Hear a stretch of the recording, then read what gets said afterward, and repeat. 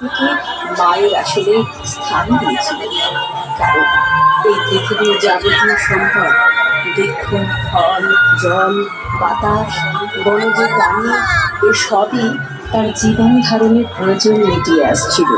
এবং আজও আমাদের সমস্ত প্রয়োজন আমরা সেই পৃথিবীর কাছেই ঋণী।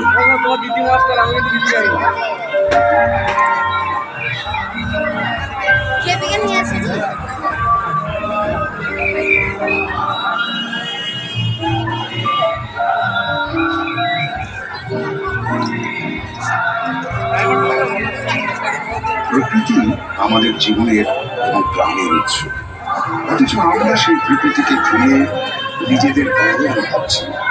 নদীর মৃত্যু ঘটাচ্ছি প্রতিনিয়ত বাদ দিয়ে, ব্যবসার নামে জঙ্গল কেটে একদল মানুষ বন্য প্রাণীদের উৎখাত করে চলেছে অবিরত।